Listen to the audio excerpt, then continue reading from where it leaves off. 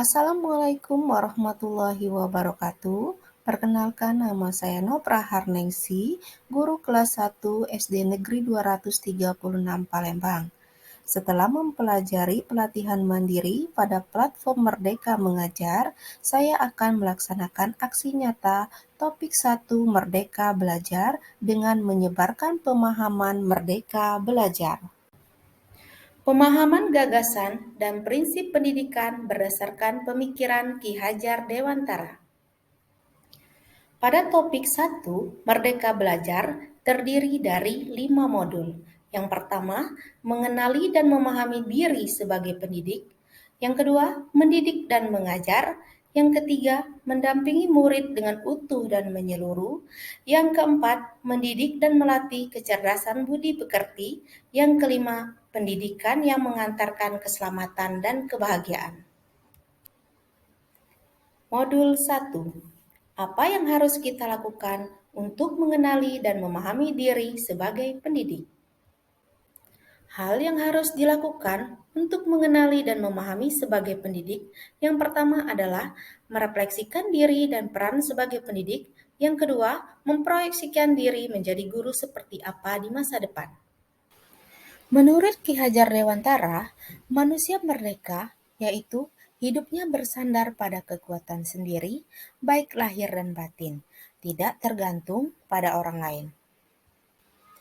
Mengenali diri dan peran seperti apa kita sebagai pendidik.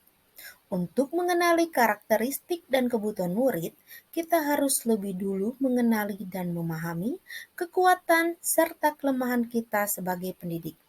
Belajar secara mandiri untuk terus mengembangkan potensi, menghantarkan murid kita yang merdeka. Apa peran kita sebagai seorang guru? Peran guru sebagai penuntun, motivator, fasilitator, sekaligus penggerak ke arah transformasi pendidikan yang berpihak pada murid.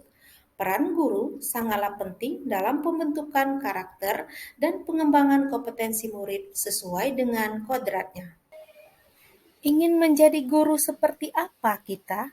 Guru yang maju memiliki peta konsep dan rancang pikir yang jelas tentang gambaran dirinya yang ideal. Ketika kita memahami kekuatan dan kelemahan kita, maka kita tahu apa yang bisa kita optimalkan dari peran kita sebagai seorang guru bagi murid-murid kita. Ini hakikat guru yang mampu memerdekakan murid-muridnya. Seperti kata Ki Hajar Dewantara, Ingarso sung tulodo, ing madya mangun karso, tutwuri handayani. Di depan menjadi teladan, di tengah membangun semangat, dari belakang memberikan dorongan. Modul 2, mendidik dan mengajar. Menurut Ki Hajar Dewantara, mendidik dan mengajar adalah proses memanusiakan manusia, sehingga harus memerdekakan manusia dari segala aspek kehidupan, baik secara fisik, mental, jasmani, dan rohani.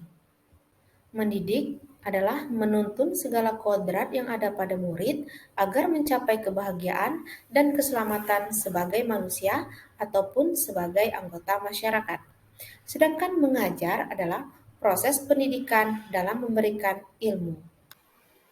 Mendidik dan mengajar terdiri dari 3 hal. Pertama, mendidik menyeluruh. Mendidik menyeluruh maksudnya mendidik keterampilan berpikir dan mengembangkan kecerdasan batin sesuai dengan kodrat murid. Yang kedua, pendidikan selama 1 abad. Kita percaya bahwa sekolah dan pendidikan merupakan bekal untuk murid kita mengisi masa depan. Pada masa kolonial Belanda, adanya diskriminasi dalam pendidikan, di mana ada perbedaan perlakuan terhadap anak-anak pribumi untuk mendapatkan pendidikan. Sehingga Ki Hajar Dewantara menggagas perlunya sistem pendidikan yang humanis dan transformatif yang dapat memelihara kedamaian dunia dengan menerapkan sistem Among, Ingarsa sung tulodo, ing madya mangun karso, dan tuturi handayani. Selanjutnya, yang ketiga, menjadi manusia secara utuh. Manusia memiliki dua kebutuhan dasar, yaitu kebutuhan jasmani, lahir, dan kebutuhan rohani, batin. Manusia juga memiliki akal yang digunakan untuk berpikir, untuk merasa, dan untuk berkarya. Bersatunya pikiran, perasaan, dan kehendak dapat menimbulkan daya dan memunculkan budi pekerti, sehingga bisa menjadi manusia merdeka, yaitu manusia yang dapat memerintah dan menguasai dirinya, dan itulah kodrat sebagai manusia. Modul 3 mendampingi murid dengan utuh dan menyeluruh. Dalam proses pendampingan murid, kita harus memperhatikan kodrat keadaan, yang mana kodrat ini terbagi menjadi dua. Satu, kodrat alam. Kodrat alam adalah dasar pendidikan murid yang berkaitan dengan sifat dan bentuk lingkungan di mana mereka berada. Yang kedua, kodrat zaman. Kodrat zaman adalah bagian dasar pendidikan murid yang berhubungan dengan isi dan irama. Isi dan irama pendidikan bergerak dinamis sesuai dengan perkembangan zaman. Dalam mendampingi murid, guru juga harus menerapkan asas trikon. Asas trikon dianggap menjadi jawaban yang tepat untuk menuju pembelajaran yang berpihak pada murid. Yang pertama adalah kontinu.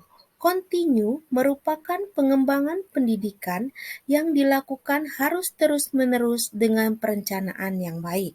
Yang kedua, konvergen. Konvergen merupakan pengembangan pendidikan yang mengambil berbagai sumber.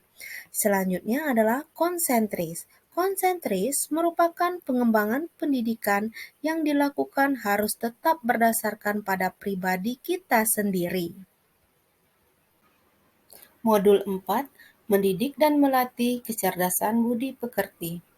Dalam implementasi kurikulum Merdeka Belajar, guru hendaknya mendidik dan melatih kecerdasan budi pekerti dengan cara: 1. Melatih keberanian berpendapat atau olah akal. 2. Mengasah perasaan dan perilaku atau olah rasa. 3. Memunculkan kehendak atau olah karsa. Yang keempat, pendidikan dapat mempengaruhi bagian dari intelligible dan bagian biologis muridnya. Modul 5, pendidikan yang menghantarkan keselamatan dan kebahagiaan. Yang pertama, setiap murid memiliki kekuatan atau potensi-potensi yang berbeda, yakni disesuaikan dengan kodrat alam dan kodrat zamannya. Yang kedua, pendidikan hanyalah sebagai tuntunan. Sudah bukan zamannya lagi guru mendikte murid, melainkan guru menjadi fasilitator dan kodrat zaman muridnya.